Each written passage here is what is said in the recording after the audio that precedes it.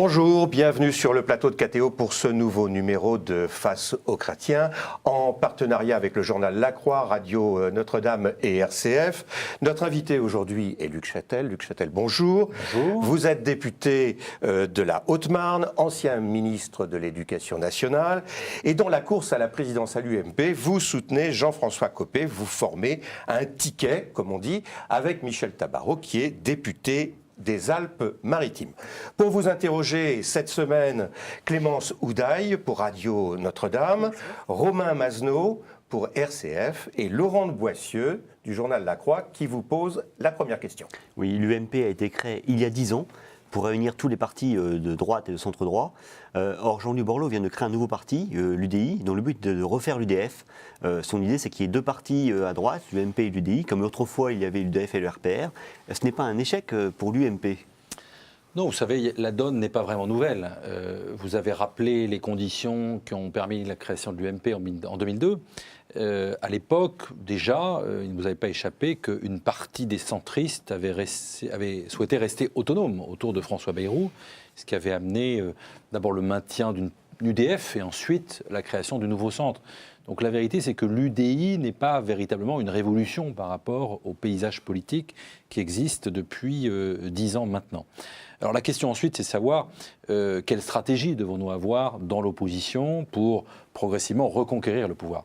Mon avis est clair, si nous reconstituons deux formations équilibrées comme l'était le RPR et l'UDF, c'est la garantie de ne jamais reprendre le pouvoir. Voilà.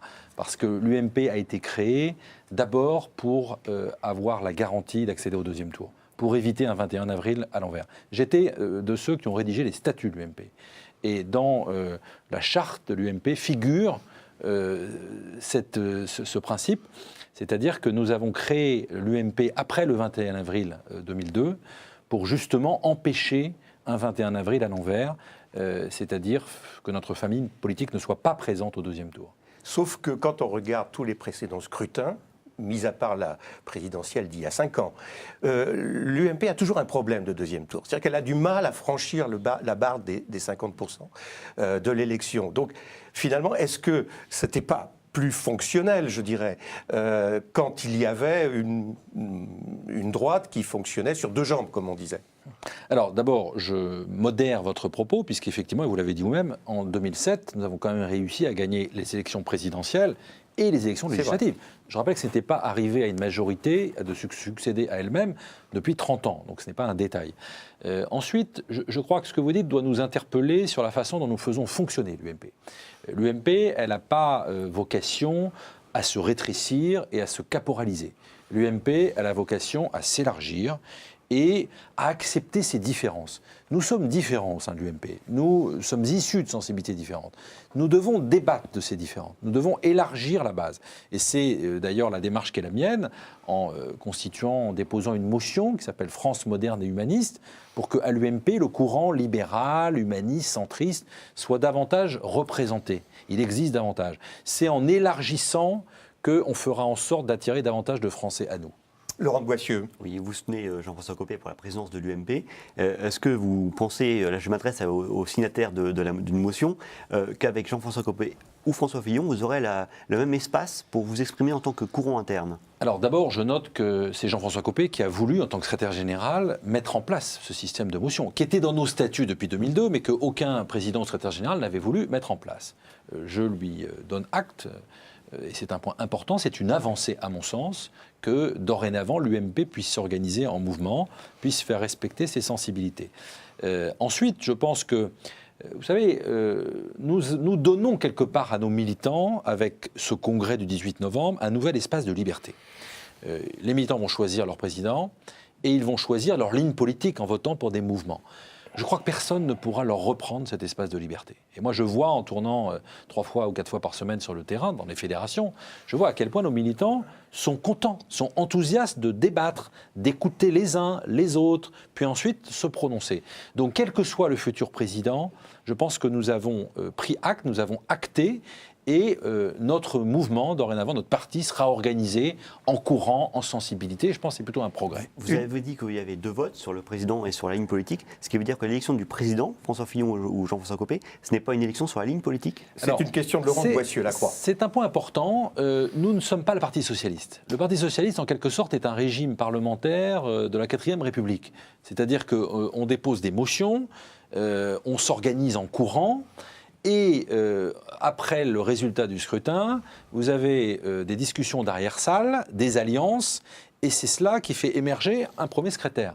Nous avons un scrutin majoritaire, c'est-à-dire que nous désignons le président, l'équipe qui sera l'équipe dirigeante pour les 3 prochaines années. Et puis en parallèle à la proportionnelle, nous fixons la ligne du parti. Je pense que c'est sain d'avoir cet équilibre entre d'un côté un choix clair pour le président, qui ensuite n'a pas à gérer des alliances complexes, on le voit régulièrement au Parti socialiste, donc qui sera légitime, et puis de l'autre, des sensibilités qui s'expriment à proportion du vote des militants. Romain Mazenot pour RCF. Alors effectivement, entre la présidentielle et les législatives, Jean-François Copé avait dit que le temps de l'inventaire du sarkozysme n'était pas venu. Aujourd'hui, à longueur d'émission, il vante sa proximité avec l'ancien chef de l'État. Est-ce que ça veut dire que finalement, faire le bilan des années Sarkozy avec ses zones d'ombre, c'est une question taboue à l'UMP ? C'est pas une question taboue, mais on n'est pas obligé de se tirer des balles dans le pied tous les matins, si vous voulez. Parce qu'il avait dit qu'effectivement, on le ferait, mais plus tard, et puis Oui, finalement, ce moment ne vient pas. D'abord, je pense qu'il y aura beaucoup d'acteurs, observateurs, qui feront cette analyse et feront ce bilan, des politologues, des historiens, très bien. Nous, le moment venu, lorsque nous rédigerons notre programme, notre projet pour 2017, effectivement, il faudra regarder ce qui a bien fonctionné pendant ces 5 années, ce qui a moins bien fonctionné, et en tirer des conséquences sur ce que nous allons proposer aux Français. Mais est-ce qu'aujourd'hui, au moment où nous avons besoin de lancer la reconquête, c'est le moment d'expliquer aux Français qu'on ne s'est peut-être pas assez mobilisé pendant la campagne, qu'on n'a peut-être pas été assez vite sur la réduction de la dépense publique. Bien sûr, il y a beaucoup de choses qu'on aurait pu mieux faire. Mais sur le choix des thèmes de campagne, sur le choix des thèmes de campagne, sur les frontières, sur le référendum, le fameux référendum sur l'immigration, ce genre de choses, c'est des choses qui vous allez bien pendant la campagne ? Moi, d'abord, c'est un choix qui appartient. Vous savez, l'élection présidentielle française, c'est le rendez-vous entre un homme, une femme et le peuple. Et la stratégie de candidature, de campagne, elle appartient aux candidats. Et moi, je n'ai pas à remettre en cause cette stratégie, d'autant que Nicolas Sarkozy a dû partir de 38% dans les sondages, il a fini à 48,5%. Et beaucoup disent aujourd'hui, il y aurait eu 15 jours de campagne de plus, sans doute que Nicolas Sarkozy aurait gagné.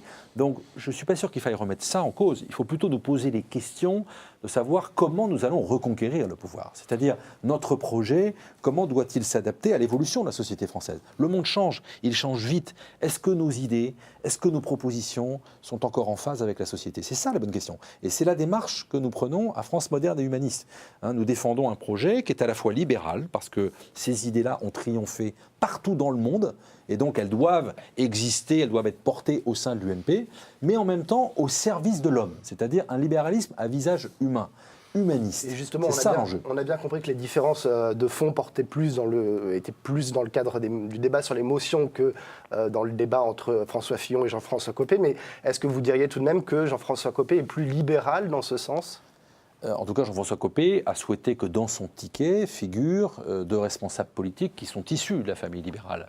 Et il l'a montré, je l'ai dit tout à l'heure, qu'il était partisan de l'expression des sensibilités au sein de l'UMP. Je pense que c'est un signe. Et c'est en cela que je pense qu'il est le mieux placé pour rassembler l'UMP.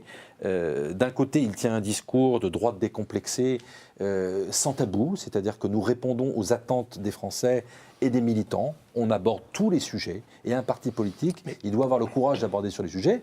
Et en même temps, il donne des garanties en assurant que toutes les sensibilités et leur diversité doivent s'exprimer au sein de l'UMP, et il l'institutionnalise en créant les mouvements. Donc je pense que c'est comme ça qu'on peut rassembler. C'est à la fois en tenant un discours ferme et en même temps en donnant des garanties aux différentes sensibilités. Luc Châtel, quand Jean-François Copé parle de racisme anti-blanc, ou quand il évoque l'histoire du pain au chocolat, est-ce que vous pensez que ce sont des propos qui sont susceptibles de rassembler toute la famille de l'UMP ? Je pense que ce n'est pas cette question qu'il faut se poser. La question qu'il faut se poser, c'est est-ce que c'est un sujet, est-ce que c'est une question ou non? Oui, alors on peut poser la question autrement. Est-ce que le problème de l'immigration est crucial et la quadrature du cercle de la lecture de la société française? D'abord, Jean-François Copé a évoqué ce sujet parmi d'autres. Il ne fait pas le sujet unique. Et je réponds à votre question, la question de l'immigration est une question importante pour nos concitoyens. Et nous le savons depuis que Nicolas Sarkozy, d'ailleurs, a eu le courage, lorsqu'il était ministre de l'Intérieur, d'évoquer ce sujet, qui a été, d'ailleurs c'est un bon exemple, qui a été trop tabou pendant trop longtemps en France. On n'avait pas le droit de parler de l'immigration, tout simplement parce que c'était un discours qui avait été posé à l'époque par M. Le Pen. M. Le Pen n'est pas propriétaire et n'était pas propriétaire de la question de l'immigration. Donc, oui, sauf que c'est par exemple Marine Le Pen qui propose une loi contre le racisme anti-blanc. Oui, mais ensuite on peut discuter de la réponse à apporter. Mais est-ce qu'on est obligé de courir derrière le Front National? Non, mais nous ne courons pas après le Front National. Et d'ailleurs, la preuve, c'est que nous avons de vrais différends de fond avec le Front National, notamment dans le domaine économique. Nous ne reconnaissons pas dans les valeurs du Front National. Et nous voulons porter nos valeurs. Simplement, est-ce que pour autant, nous devons nous cacher derrière notre petit bois, ne pas regarder la réalité en face? Jean-François Copé a évoqué ces sujets. Pourquoi? Parce qu'il est maire de Meaux. Dans certains quartiers de Meaux, il y a 54 nationalités. Bon, eh ben c'est quand même plutôt... Pour un homme politique, d'avoir cette expérience de proximité, de contact avec le terrain, c'est important quand on s'apprête à diriger le premier parti de France en termes de militants. Une partie des membres, des militants de l'UMP est favorable à une alliance avec le Front National. Est-ce qu'il faut aller en direction de ces adhérents de l'UMP? La majorité des sympathisants, si on regarde les enquêtes d'opinion. D'abord, dans les sondages que j'avais lus, on est plutôt de l'ordre de 30%. Voilà. Et je ne suis pas certain que ce sujet, cette quantité ait évolué depuis quelques années. Ensuite, vous savez, ça fait 25 ans qu'on nous explique, mais attendez, bon, pour l'instant, vous n'avez pas fait d'alliance, mais regardez, attention, vous avez envie de faire une alliance et tout. Non, nous n'en avons jamais fait et nous n'en ferons jamais. Jamais. Pourquoi? Il n'y aura pas d'alliance, par exemple, aux élections municipales? Bien sûr, aucune alliance. Aucune alliance. Pourquoi? Parce que nous ne partageons pas les mêmes valeurs. C'est tout. Et d'ailleurs, c'est très curieux ce procès qu'on fait à Jean-François Copé sur ce sujet. Jean-François Copé, il ne veut pas se rapprocher du Front National. Il veut au contraire s'adresser à des électeurs qui, à un moment, ont pu être tentés par le vote Front National pour les ramener dans l'électorat de la droite et du centre. Donc c'est exactement l'inverse. Et c'est l'inverse d'une stratégie d'alliance. Clémence Oudary, pour Radio Notre-Dame. Cette élection à la présidence de l'UMP ne semble pas passionner les foules. Je crois qu'il y a 4 Français sur 10 qui ne se disent pas du tout intéressés par cela. Un certain pourcentage pas trop intéressés non plus.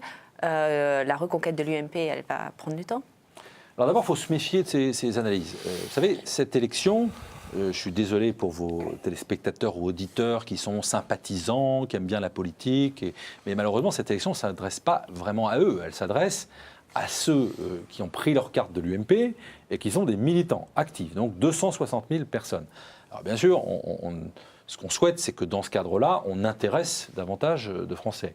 Il faut relativiser aussi parce qu'on dit la même chose au moment des primaires socialistes, et vous savez, ça n'intéresse pas les Français et tout. Et puis finalement, on a vu un vrai engouement. C'est-à-dire qu'on a vu que quand il y a du débat, quand il y a une bonne organisation, quand il y a un certain respect, eh bien, à ce moment-là, les Français aiment la politique. Et moi, je suis frappé de voir à quel point, moins de 6 mois après la défaite aux élections présidentielles et législatives, nos militants, ils sont passionnés. Ça les intéresse, ce débat. Moi, je tourne encore une fois, 3 ou 4 fois par semaine dans les fédérations. Il y a du monde dans les réunions. Les gens s'écoutent. Moi, je fais des réunions avec parfois Laurent Wauquiez ou Valérie Pécresse ou parfois François Fillon. Eh bien, on débat devant les militants, ça se passe dans l'écoute, dans le respect. Et à la fin, je vais vous dire une chose, je pense que l'UMP en sortira renforcée. Parce que nous donnons aujourd'hui une image d'un parti politique moderne, d'un parti politique démocratique qui, entre nous, est vraiment aux antipodes de ce que fait le Parti socialiste dans la façon dont il vient de désigner son premier secrétaire. Quand je vois que celui qui, à la télévision, est venu dans les yeux dire aux Français « Moi, président de la République, je n'interférerai pas dans les affaires du parti », eh bien, c'est lui, dans son bureau, avec Martine Aubry et avec Jean-Marc Ayrault, qui a désigné Harlem Désir en catimini. C'est le contraire d'un parti politique moderne ce que fait le Parti socialiste. Une question de Laurent de Boissieu pour La Croix. Oui, l'UMP étant le principal parti d'opposition, son futur président sera le chef de l'opposition. Est-ce que ce chef de l'opposition aura vocation à être le candidat de l'opposition à la prochaine présidentielle ? Je pense qu'il ne faut pas mélanger les échéances. Je vous disais à l'instant que, en quelque sorte, nous venons de donner, et c'est vrai que c'est nouveau chez nous, hein, à l'UMP, c'est nouveau, nous venons de donner un espace de démocratie à nos militants. Je pense que personne ne pourra revenir en arrière et que les militants se sont appropriés immédiatement cet espace de liberté. Et ils auront à se prononcer à nouveau 2 fois pendant ce quinquennat.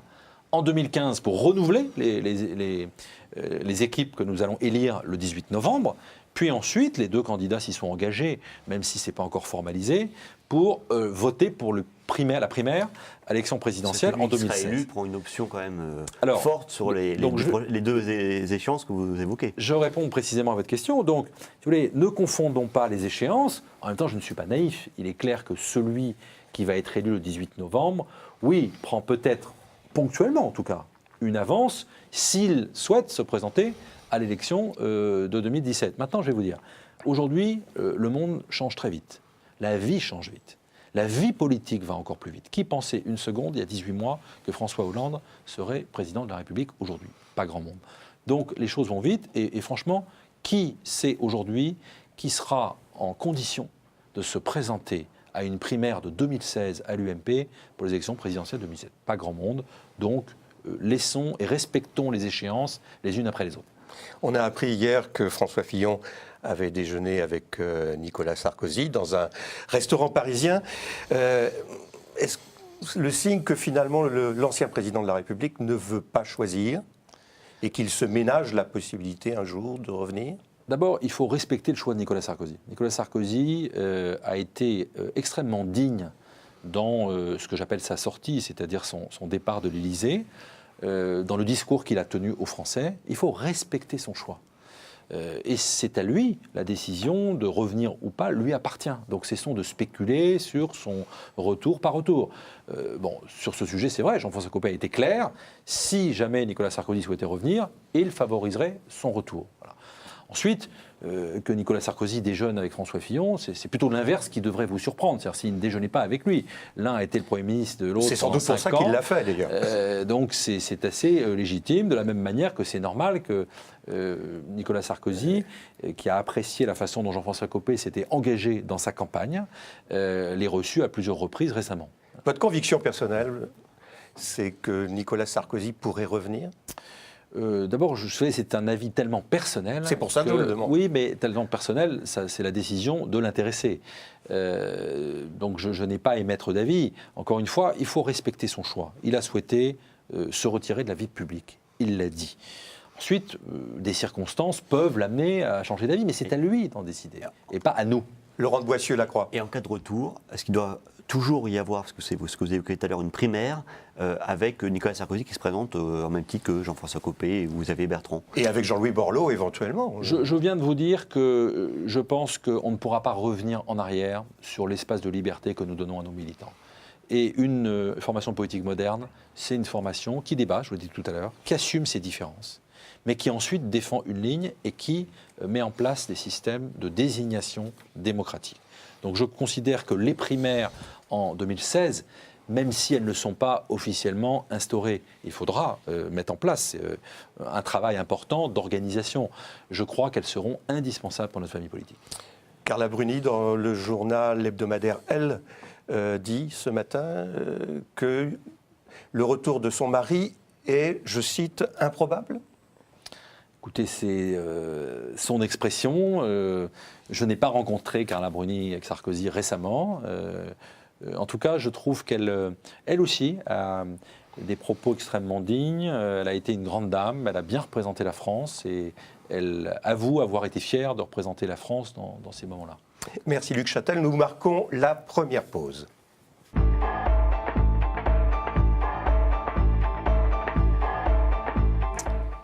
Retour sur le plateau de KTO pour cette nouvelle édition de Face aux chrétiens, en partenariat avec le journal La Croix, Radio Notre-Dame et RCF. Notre invité aujourd'hui est Luc Châtel, député UMP de la Haute-Marne, ancien ministre de l'Éducation. Pour vous interroger, Luc Châtel, Clémence Houdaille pour Radio Notre-Dame, Romain Mazenot pour RCF et Laurent de Bassieux pour La Croix. Le chiffre du chômage est tombé hier soir, on s'y attendait, il est très mauvais, plus 1,6%, c'est la hausse la plus forte depuis 2009. Il semble que le chômage, la pente du chômage a tendance à s'accélérer.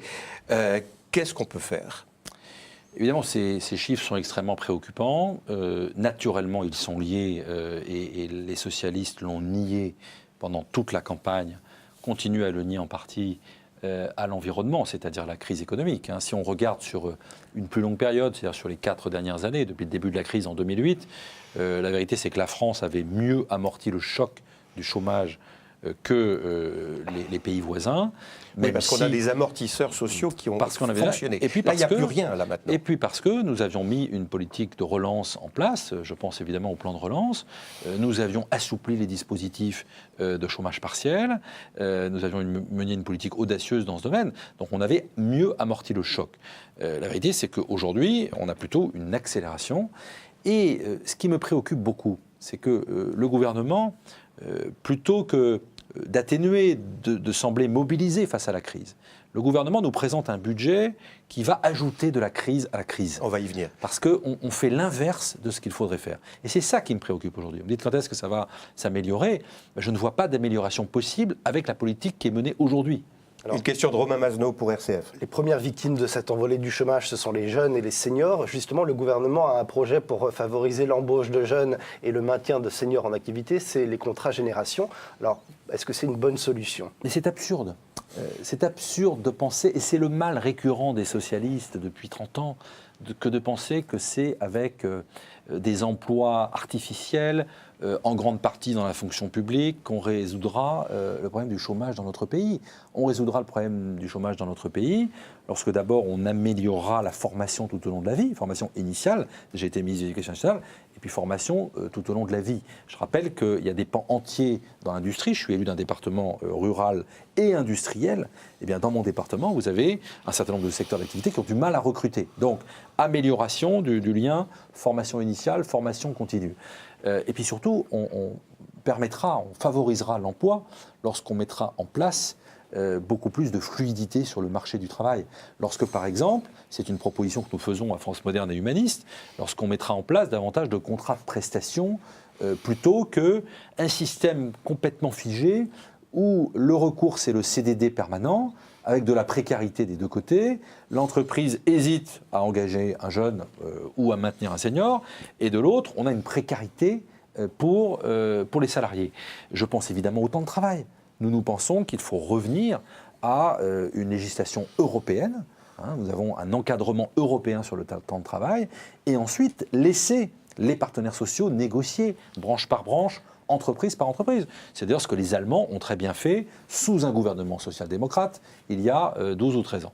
Clémence Houdaille, pour Radio Notre-Dame. Et une baisse de charge comme le demande Louis Gallois, par exemple, est-ce que ça vous semble envisageable à l'heure où l'État a besoin de... Mais ça me semble tellement, de compétitivité. Ça me semble tellement envisageable que c'est ce que nous avons fait. Et ce rapport Gallois, que nous n'avons pas encore vu, mais en tout cas les premières... il y a des fuites partout. Les échos que nous avons... sont finalement assez hallucinants. Et c'est un réquisitoire sévère pour ce gouvernement. Puisque ce que propose M. Gallois, manifestement, c'est exactement le contraire de ce que fait le gouvernement. M. Gallois nous explique qu'il faut baisser la dépense publique. Il a raison. Le gouvernement augmente la dépense publique. Puisque l'idée de dire qu'on va baisser de 10 milliards dans le budget de 2013 est un leurre. C'est pas vrai. On ne va pas baisser les dépenses publiques de 10 milliards. C'est en fait une annulation d'augmentation de dépenses. Et on prend des décisions qui vont au contraire augmenter la dépense publique, notamment en recrutant des fonctionnaires supplémentaires. Ensuite, M. Gallois nous explique qu'il faut baisser les charges et augmenter la TVA sur la consommation, la taxe sur la consommation. C'est ce que nous avions fait avec la TVA compétitivité, et c'est la première décision d'annulation qu'a prise ce gouvernement. Donc, on voit bien, et on comprend les distances que prend aujourd'hui l'exécutif face à ce supposé rapport, puisque c'est le même contraire favorable à la suppression que des mène 35 la heures, si on a politique. bien Et entendu. il serait favorable, manifestement, en tout cas, il serait favorable, d'après ce que j'ai lu ce matin, exactement à ce que nous défendons, c'est-à-dire le retour à un encadrement européen du temps de travail, et ensuite à des négociations branche par branche. Voilà. Donc c'est un réquisitoire sévère contre l'action du gouvernement, et ça devrait encourager le gouvernement à évoluer sur sa politique, parce qu'on ne peut pas continuer dans cette direction. Ils vont ajouter de la crise à la crise et mener la France dans le mur. Question de Laurent de Boissieu pour la Croix. Ce choc de compétitivité du rapport Gallois va en effet plus dans le sens que la politique que vous meniez, mais en même temps, aujourd'hui, dans l'opposition, vous défendez des choses que vous n'avez pas appliquées au pouvoir. Je pense 35 heures, ou même sur la flexibilité, vous n'êtes pas allé aussi loin que ce que vous prenez aujourd'hui. Vous êtes issu de la famille libérale, alors finalement, est-ce que la droite, elle n'a aussi jamais appliqué le choc libéral que vous attendez? Alors, vous avez, j'allais dire, à moitié raison, si vous me permettez. D'abord parce que nous avons considérablement assoupli les 35 heures. Et nous avons fait en sorte que... Vous n'avez pas arrêté de détricoter les 35 heures sans C'est jamais vrai. finalement aller au bout de la logique. C'est vrai, et alors je ne suis pas dans le droit d'inventaire, mais je considère que, et c'est aussi d'ailleurs l'intérêt quelque part des périodes d'opposition, où à un moment il faut se poser, il faut réfléchir, et il faut adapter ces propositions. Aujourd'hui, la situation du pays est telle qu'on a besoin d'un choc. Choc, appelez-le comme vous voulez, choc de compétitivité, choc en faveur de l'investissement et de la croissance. En tout cas, nous avons besoin d'un électrochoc pour sauver la croissance et pour encourager l'investissement dans notre pays. Ça veut dire des mesures qui sont destinées à une souplesse sur le marché du travail, qui libèrent les énergies dans notre pays.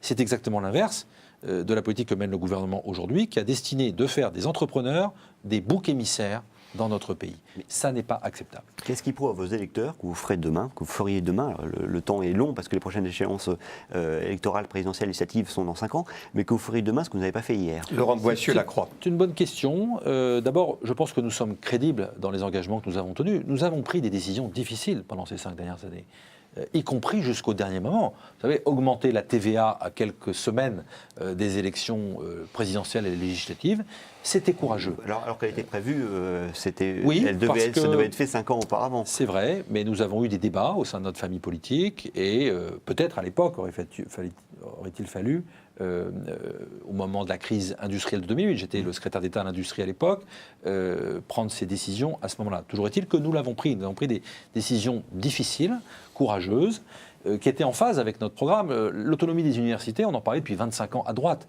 Nous l'avons fait. Le service minimum dans les transports, on en parlait depuis 20 ans à droite. Nous l'avons fait. Donc, si vous voulez, vis-à-vis de notre électorat, nous avons quand même une certaine crédibilité pour prendre des décisions parfois difficiles. Je pense évidemment aussi à la réforme des retraites. Mais dans le domaine économique, oui, il faudra un électrochoc en faveur de la croissance et en faveur de la compétitivité. Une question de Clémence Houdaille pour Radio Notre-Dame. Est-ce que vous pensez que l'objectif des 3% est atteignable pour l'an prochain, avec le taux de croissance prévu? Je pense qu'il est nécessaire, mais que le gouvernement ne l'atteindra pas. Il ne l'atteindra pas parce qu'il n'a pas fait une bonne analyse de la situation et qu'il continue à mentir aux Français. Il ment aux Français quand, comme je vous le disais tout à l'heure, il explique qu'il réduit les dépenses. C'est faux. Ce budget ne réduit pas la dépense publique. Deuxièmement, il se trompe de cible. François Hollande nous a expliqué pendant toute sa campagne que les riches allaient payer. Il a inventé un impôt à 75%, dont il a avoué lui-même à la télévision qu'il ne rapportait rien. C'est quand même un peu curieux, cette notion d'impôt qui ne rapporte rien. Moi, j'avais compris, dans mes vieilles leçons d'économie, que la fiscalité, c'était pour créer de la redistribution, et c'était justement pour prélever, et donc les impôts est un rendement. Là, on a 2 exemples en quelques semaines d'impôts nouveaux socialistes qui ne rapportent rien, l'intaxe à 75%, et la taxe sur l'intégration des œuvres d'art dans l'ISF. Donc on voit bien qu'il y a une idéologie derrière, un dogme qui consiste à dire on prend une cible et on les fait payer. La vérité, c'est que ça ne marche pas comme ça. Et que ce n'est pas parce que vous doublez les impôts que vous doublez les recettes. Ça, c'est des leçons aussi économiques dont le gouvernement ferait bien de s'inspirer. Il faut au contraire, nous pensons qu'il faut d'abord avoir le courage de réduire la dépense publique. Et qu'à terme, il faut l'assumer aujourd'hui, il faudra aussi baisser les recettes. Parce que c'est en ayant moins de prélèvements obligatoires que nous redégagerons de l'espace Et nous laisserons les investisseurs, les entrepreneurs, nous leur laisserons de l'espace pour que notre pays soit de nouveau attractif. C'est ça le sujet. Luc Châtel, à vous écouter, rien, mais vraiment rien, ne trouve grâce à vos yeux dans la politique qui est menée depuis 6 mois par le gouvernement. Est-ce que vous diriez, comme vos confrères à l'Assemblée hier, que ce sont des amateurs ? Je crois que ce gouvernement navigue entre amateurisme et incompétence. C'est ça qui est flagrant sur ces derniers mois. Bien sûr, on fait de la politique et naturellement, je n'ai pas voté pour François Hollande et donc, quelque part, je ne suis pas surpris des mesures qu'il met en œuvre. C'est normal qu'un président élu mette en œuvre et son ils programme. sont face à une crise historique. Voilà. Oui, mais simplement, il avait juste oublié de le dire pendant la campagne. Et il l'avait fait sciemment. On était dans le déni. François Hollande nous expliquait, le problème, c'est pas la crise, le problème, c'est Sarkozy. Sarkozy est parti, le problème, c'est qu'il reste la crise. C'est ça le sujet. On était dans le déni, et aujourd'hui, on a du mal à assumer le fait qu'il y ait une crise. Mais le problème, à la limite, n'est pas là. Le problème, il est dans la méthode aussi. François Hollande nous avait expliqué « je suis prêt ». Il avait même demandé à un ancien Premier ministre de travailler sur ces 100 jours, les 100 premiers jours. Il est où, M. Fabius, aujourd'hui ? J'aimerais bien qu'il rende des comptes sur les 100 premiers jours du gouvernement.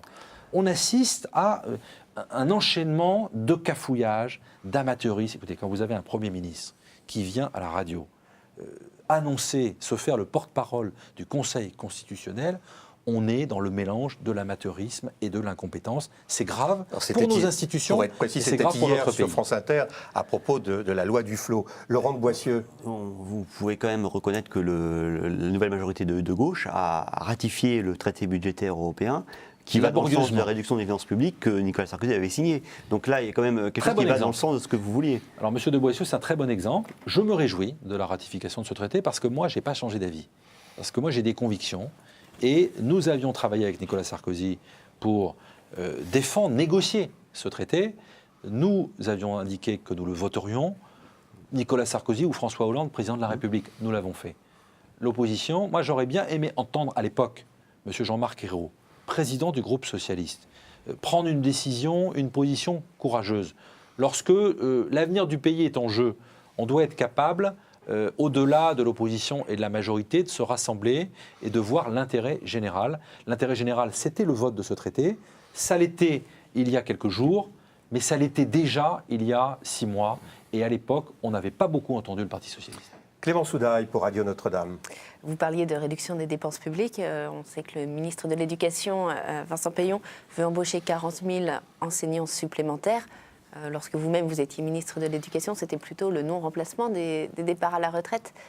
Là, il répond à une revendication des enseignants. C'est peut-être une revendication, mais c'est une erreur d'analyse. Pourquoi c'est une erreur d'analyse ? Parce que penser que les solutions aux problèmes de l'école viendront par le quantitatif, et en particulier par le recrutement d'enseignants supplémentaires, est aberrant. Nous avons aujourd'hui plus d'enseignants en cette rentrée 2012-2013 qu'il y en avait il y a 20 ans dans le système éducatif, alors qu'il y a moins d'élèves. Donc vous avez un taux d'encadrement qui est meilleur aujourd'hui. Est-ce qu'il va suffire de recruter 50 000 professeurs de plus pour avoir les meilleurs résultats ? C'est faux. Regardez toutes les comparaisons internationales. Ce ne sont pas les pays qui investissent le plus. Et si c'était le cas, on serait les champions du monde. À chaque fois que les socialistes sont au pouvoir, ils n'ont qu'une réponse dans l'école, ils augmentent le nombre d'enseignants. Donc je pense que ça n'est pas la réponse. Et en plus, nous n'avons pas les moyens de cela. Je rappelle que quand on embauche un fonctionnaire, il est à la charge de l'État pendant 70 ans. Aujourd'hui, où nous devons faire la chasse à la dépense publique, je pense que c'est une aberration. Et l'école, aujourd'hui, elle a besoin davantage d'autonomie, de marge de manœuvre. Elle a besoin de faire confiance à ses enseignants. Elle a besoin de faire confiance aux chefs d'établissement. Elle a besoin de mettre en place des systèmes d'évaluation beaucoup plus sophistiqués pour ne plus décourager les enseignants. Moi, j'avais mis en place un système nouveau, ce que nous avions travaillé depuis 2 ans et demi au niveau de l'évaluation. Première décision dogmatique qui a été prise par le gouvernement, ça a été d'abroger ce dispositif d'évaluation des professeurs. Donc on revient en arrière, c'est un peu dommage. Question de Romain Mazneau pour RCF. Est-ce que la réforme des rythmes scolaires avec le retour à la semaine de 4 jours et demi, avec des journées de 5 heures de cours au lieu de 6, ça vous convient ? Je pense que la question des rythmes scolaires est importante. Je l'avais d'ailleurs initiée et j'avais fait travailler pendant 18 mois l'ensemble des acteurs de l'école et un certain nombre d'experts sur le sujet qui m'avaient remis des préconisations, dont d'ailleurs figurait parmi elles le retour à la semaine de 4 jours et demi.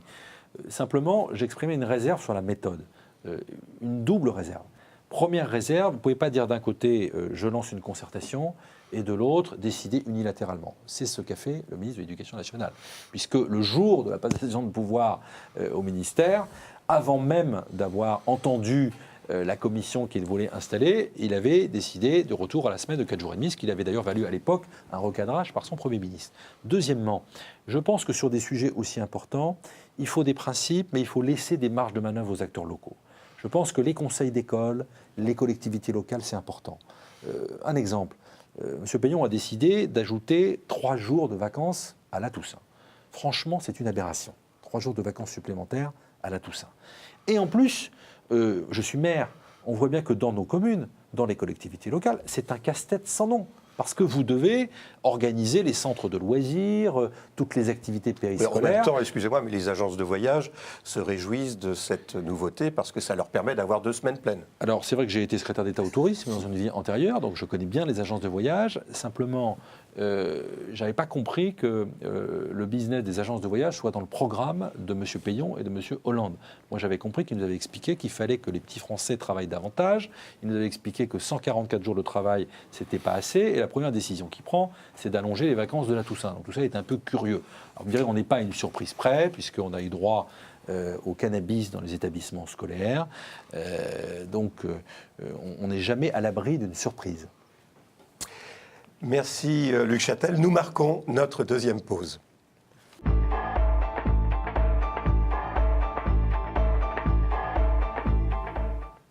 Retour sur le plateau de KTO pour ce nouveau numéro de Face aux chrétiens. Notre invité aujourd'hui est Luc Châtel, ancien ministre de l'Éducation et soutien de Jean-François Copé dans la course à la présidence à l'UMP. Pour vous interroger aujourd'hui, Luc Châtel, Laurent de Boissieu pour le journal La Croix, Romain Mazenot pour RCF et Clémence Houdaille pour Radio Notre-Dame qui vous pose la première question. Le 7 novembre prochain sera examiné en Conseil des ministres le projet de loi sur le mariage homosexuel. Hier, Jean Leonetti demandait qu'un débat public soit organisé à ce sujet sous forme d'états généraux, comme le prévoit la loi bioéthique votée en 2011, surtout toute réforme ayant des implications éthiques. Est-ce que vous pensez que le gouvernement va entendre cet appel à un débat comme le prévoit la loi ? Je ne suis plus le porte-parole du gouvernement, je pense que ça ne vous avait pas échappé, mais je le souhaite, et Jean Leonetti a raison. Pourquoi ? Parce que c'est une question importante, un choix de société, et un choix difficile.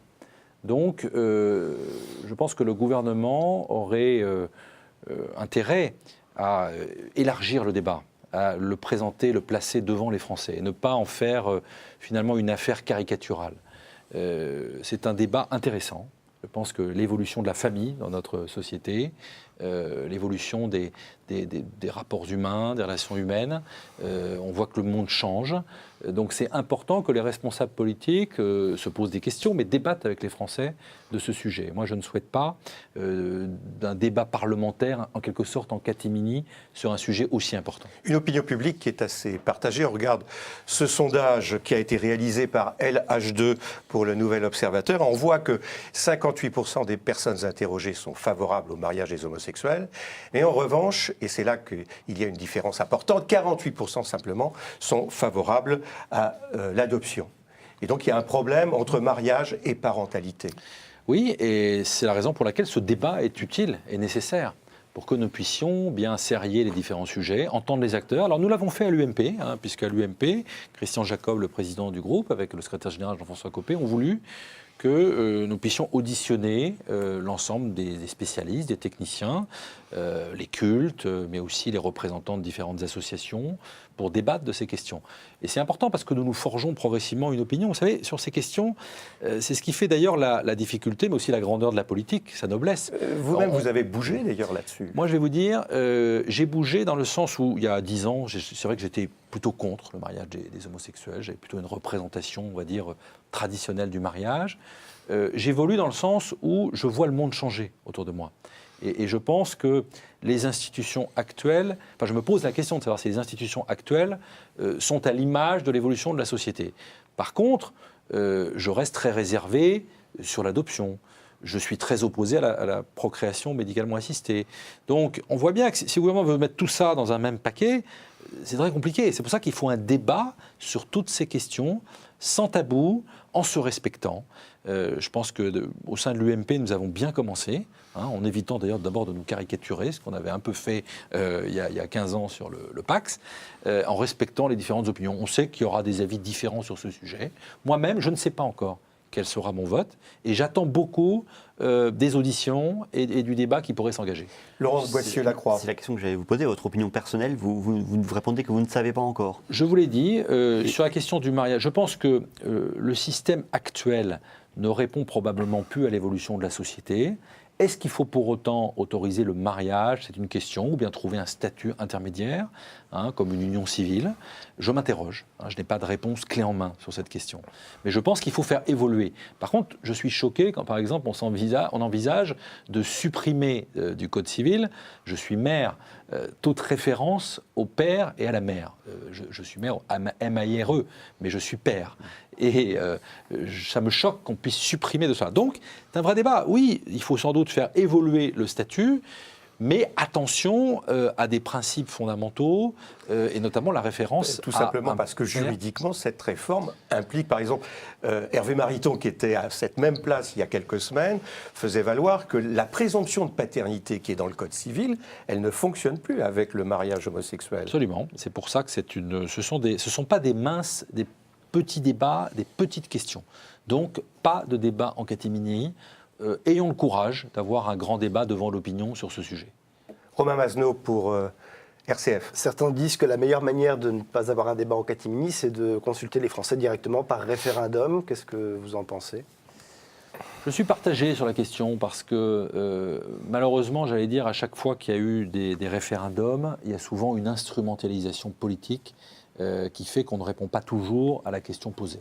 Voilà. Donc, on peut trouver sans doute une formule, et le débat public auquel faisait référence Jean Leonetti peut constituer la réponse, qui permet un grand débat devant l'opinion, décentralisé, où on associe les Français, et où les parlementaires prennent le temps de la réflexion avant de décider. Je pense que c'est la bonne formule sur ce sujet. Clémence Oudary, Radio Notre-Dame. Alors un autre sujet de société qui fait débat, c'est le vote des étrangers non communautaires aux élections locales.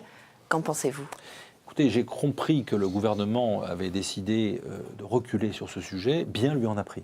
Parce que je pense que ça n'est pas une bonne décision. Pourquoi ? Il n'a pas le choix, je crois.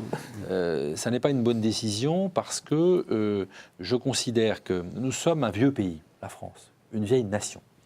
Et lorsqu'on est français, on a des droits et on a des devoirs. Et je considère que le droit de vote est lié à un certain nombre de devoirs et étroitement lié à la nationalité, l'accession à la nationalité. Donc je pense que c'était pour un gouvernement et un président de la République qui nous explique à longueur de journée qu'il ne faut pas diviser les Français, qu'il faut rassembler, c'était au contraire un débat qui allait diviser inutilement les Français. Les ressortissants de l'Union européenne actuellement votent aux élections locales et aux élections européennes, n'ont pas la nationalité française. Oui, donc il y a déjà une différence entre nationalité et citoyenneté. Très clairement. Je suis profondément européen. Vous me permettrez de penser que oui, il y a une différence entre les citoyens européens et un certain nombre de ressortissants américains, africains, asiatiques, qui n'ont pas du tout la même culture. Un lien historique ou avec la France qu'un laiton. Oui, enfin, l'Europe a un projet, l'Europe partage une orientation philosophique, et je crois que c'est très important.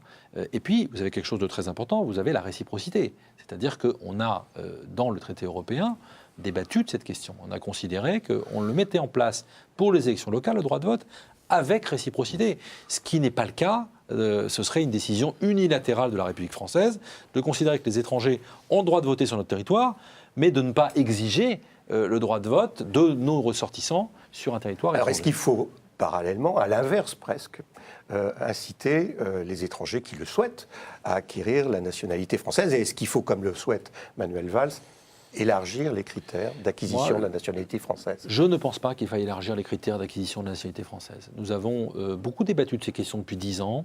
Je pense que nous avons clarifié un certain nombre de choses. C'est l'honneur de la France d'être un grand pays d'accueil, et elle l'a toujours été. Et c'est la richesse, l'enrichissement de cette diversité, de ces cultures, font la force de notre pays aujourd'hui. Mais en même temps, un grand pays moderne aujourd'hui, avec la mondialisation, avec les phénomènes migratoires, c'est un pays extrêmement ferme et qui a des critères objectifs et transparents, mais fermes, d'acquisition de nationalité. Mais des critères qui sont parfois absurdes. Quand on refuse la nationalité française à quelqu'un qui la demande parce que son CDI n'a que 18 mois, c'est un peu absurde. L'intégration par le travail, c'est quelque chose de très important. Et on le voit régulièrement. C'est indiscutablement, il y a 2 facteurs d'intégration majeurs dans notre pays. L'école, la République. C'est aussi pour ça que nous avions mis en place ce qu'on appelle l'école des parents. C'est-à-dire, nous accueillons les enfants, mais des parents qui parlent mal le français, qui ont du mal à s'assimiler, qui ont du mal à pénétrer dans les lieux de l'école, eh bien, nous avons mis en place, avec Claude Guéant, l'école des parents, c'est un lieu d'intégration. Donc l'école, et puis le travail, l'insertion par le travail, ça a toujours fonctionné de tout temps dans ce domaine. Et je pense que c'est très important d'être ferme sur ces critères. Une question de Romain Masneau, RCF. Oui, autre sujet de société, Marisol Touraine souhaite lancer d'ici la fin de l'année des salles de shoot, c'est-à-dire de consommation de drogue. L'objectif, c'est de permettre à des toxicomanes de consommer leurs propres produits dans de meilleures conditions d'hygiène. L'UMP semble divisée sur la question. Quelle est votre position ? Non, je n'ai pas le sentiment que l'UMP soit divisée. Quelques personnalités... Alain Juppé... Non, des moindres, oui. Alain Juppé, Jean-Claude Gaudin à Marseille. Écoutez, moi, je suis très défavorable à ces salles de shoot. Pourquoi ? Parce que je pense que c'est un contre-message adressé à la jeunesse. Vous savez, c'est d'ailleurs le ministre de l'Intérieur lui-même qui disait que sur ces questions de toxicomanie, l'interdit, c'est quelque chose qui compte. C'est pour ça que la dépénalisation du cannabis est absurde. L'idée qu'on va réguler le marché en le dépénalisant est absurde. Parce que vous allez au contraire créer un engouement, un bol d'air, tous ces jeunes qui ne consomment pas, tout simplement parce qu'il y a l'interdit. Eh bien, le signal qui serait envoyé avec ces salles de shoot, à mon avis, est extrêmement négatif. Parce que il donne un peu ce sentiment d'impunité.